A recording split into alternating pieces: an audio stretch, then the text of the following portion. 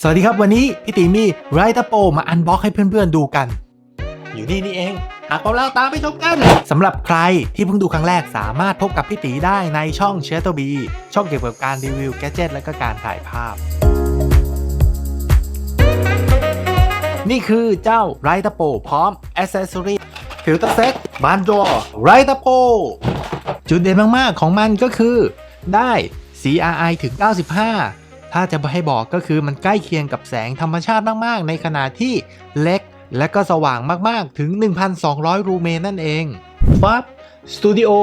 Lighting in your pocket คุณจะได้แสงสตูดิโอที่สามารถพับเก็บได้ในกระเป๋าแล้วก็สามารถควบคุมได้ด้วย Bluetooth เป็น BI Color สามารถเปลี่ยนไว้บาลานซ์ได้ตั้งแต่ 3,000K จนถึง 6,000K ตัวไฟนั้นไม่มีฟลิกเกอร์หรือภาพเป็นเส้นๆนั่นเองสามารถกันกระแทกได้ในระดับ Military Standard ที่ 810G เลยทีเดียวดำน้ำได้ 90 ฟุตสามารถใช้งานได้ยาวนานแล้วก็ชาร์จไปใช้ไปได้ด้านข้างก็คือเป็น 95 CRI ที่ Full Spectrum ก็คือสีต่างๆเนี่ยมีเลนส์ที่ค่อนข้างที่จะครบเลยทีเดียวหรือพูดให้ง่ายก็คือแสงใกล้เคียงกับแสงธรรมชาติมากๆบริษัทนำเข้า Camera Maker ด้านหลังก็จะบอกว่าข้างในมีอะไรบ้างต้องบอกว่าแทบอดใจรอไม่ไหวเนื่องจากว่าเจ้าของเนี่ยมันส่งมาก่อนหน้า2วันแล้วแต่ว่าต้องรอเพื่อจะเอามาอัดวิดีโอจะได้เห็นพร้อมเพื่อนๆนั่นเองเพราะฉะนั้นเรามาเริ่มกันเลยดีกว่าเจ้าไรเตอร์โปเนี่ยก็เกิดขึ้นมาใน Kickstarter Project นะครับแล้วก็ได้รับรางวัลมามากมายไม่ว่าจะเป็นดีไซน์สแตนดาร์ดของแบรนด์ต่างๆได้ทั้งปี 2018 แล้วก็ 2019 พัฒนาต่อยอดมาจากไลต้า 2.0 ไปดูข้างในกันเลยดีกว่าโอ้แน่นมากโอเคออกมาแล้วว้าววิธีการใช้งานข้างในกล่องก็ไม่มีอะไรแล้วเรามาดูแอ c เซสซอรี่ในกล่องกันเลยดีกว่าซอฟต์บ็อกถุงผ้าสำหรับใส่ไลท์ตะโป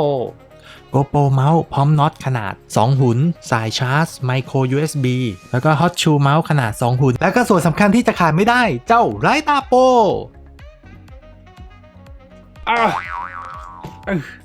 ไลท์ตะโปรด้านข้างเดี๋ยวเราลองเอาสติ๊กเกอร์ออกกันก็เขี่ยที่ตรงสวิตช์ตรงนี้ช่องชาร์จก็จะขยับออกมาด้านบนด้านข้างที่ใส่น็อตขนาด2หุ่นแล้วก็ด้านล่างมีรูน็อตขนาด2หุ่นเช่นกันด้านหน้าก็จะเป็นไฟ2สีเอาไว้ผสมแสงระหว่าง 3,000 เคลวินถึง 6,000 เคลวินเรามาลองเปิดดูกันเลยปุ่ม power ตอนนี้อยู่ที่ 100% ลงมา 80 75 ทีละ 5% เมื่อกดค้างไว้มันก็จะลงเร็วมากแต่ว่ายังไม่ได้กดปิดมันสามารถลงได้ถึง 0% เลยนะเควินขึ้นทีละ100เควินเช่นกันเมื่อกดค้างไว้มันก็จะลงเร็วมาก 3,000 เควินก็จะแสงส้มๆแบบนี้แหละข้อดีของการที่มันลงได้ถึง 0%นี่ 0% โดยที่เรายังไม่ปิดเครื่องเลยนี่เห็นไหมหมายความว่าเราไม่จำเป็นต้องมา connect กับเจ้าตัวโทรศัพท์ของเราอีกครั้งหนึ่งถ้าเราปิดเครื่องเนี่ยมันจะต้องมา connect ใหม่เจ๋งใช่ไหมล่ะเดี๋ยวเรามาลองดูว่ามันนุ่มแค่ไหนเจ้า CRI 95 เห็นไหมแสงมันสวยมากเลยแล้วก็เดี๋ยวลองใส่ซอฟต์บ็อกซ์ดูไหมก็ใส่ซอฟต์บ็อกซ์แล้วก็ต้องเร่งแสงขึ้นอีกนิดหน่อยเจ๋งมากที่ 100% ล่ะโอ้แสบตามากยื่นเข้าไปข้างหลังไม่ได้สว่างไปขอลดลงมาหน่อยไม่รู้กี่เปอร์เซ็นต์ 20% นี่ก็ประมาณนี้ 100% เจ้าตัวนี้พัฒนาต่อยอดมาจากไลต้า 2.0 เจ้าตัวไลต้า 2.0 เนี่ยไซส์เท่านี้เดี๋ยวลองเปิดไลต้า 2.0 ไลต้า 2.0 เนี่ยมันจะเป็นเปิดทีละสเต็ปความสว่างที่ระดับ1ระดับ2ระดับ3อันเนี้ยสว่างที่สุดที่เป็นไฟไม่กระพริบตัวนี้ก็ไลท์โปรแยกกันตอนเนี้ย 100% ทั้งคู่เลยเดี๋ยวเราไปดูแอ c เซสซอรี่กันดีกว่าว่ามันมีอะไรบ้างฟิลเตอร์เซตมาในถุงแบบนี้นี่มีกรอบมาให้3อันอย่างนี้มีทั้งหมด5สีสีเขียวสีน้ำเงินสีเหลืองสีแดงสีขาวสีแดงสีเหลืองสีน้ำเงินสีเขียวซอฟต์เรามาดูบานดอกันชอบเสียงนี้จริงๆในกล่องไม่มีอะไรบานดออยู่ในถุงอีกเหมือนกันเหมือนจะว่า บานดอก็มีซอฟต์มาให้นะโอเคเหมือนกันเลยเดี๋ยวเราติดฟิลเตอร์ซอฟต์เข้าไปก่อนว้าวเหมือนสตูดิโอไลติ้งมากๆเลยอ่ะนี่พอปิดบานดอมันก็จะไม่มีแสงออกมานะนี่เห็นไหม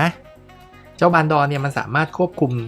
ทิศทางของแสงได้ว่าให้สโคปไปที่ไหนปิดเจ้าตัวนี้เข้ามาจะเห็นว่าตรงเนี้ยเห็นไหมแอเรียเนี่ยแสงมันก็จะไปไม่ถึงนะมันก็จะโดนบีบเข้ามาความรู้สึกมันก็ค่อนข้างที่จะแบบกำลังดีนะคือมันไม่น่าจะไหลได้แล้วก็สามารถใส่ฟิลเตอร์เซตได้ด้วยก็เปิดเป็นสีแดงนี่เห็นไหมโอ้ยสวยมากเลยอะเดี๋ยวลองเอาเป็นสีน้ำเงินดีกว่าเฮ้ยเจ๋งมากเลยอะโอเคเท่ากับว่าตอนนี้มีฉากหลังอยู่2สีหากใครสนใจเจ้าไรทัโปก็สามารถดูลิงก์ข้างใต้ไว้พี่ตีจะแปะร้านค้าที่ขายเอาไว้ให้นะแล้วก็ขอบคุณทุกๆคนที่ดูวิดีโอนี้จนจบสามารถพบกับพี่ตีได้ที่ YouTube Channel Chatterbee ที่สำคัญอย่าลืมกด Subscribe แล้วก็กดกระดิ่งติดตามพี่ตีจะทำวิดีโอแบบเนี้ยออกมาเรื่อยๆพยายามจะทำให้ได้ทุกอาทิตย์นะแล้วเดี๋ยวก็พบกันใหม่โอกาสหน้าสวัสดีครับ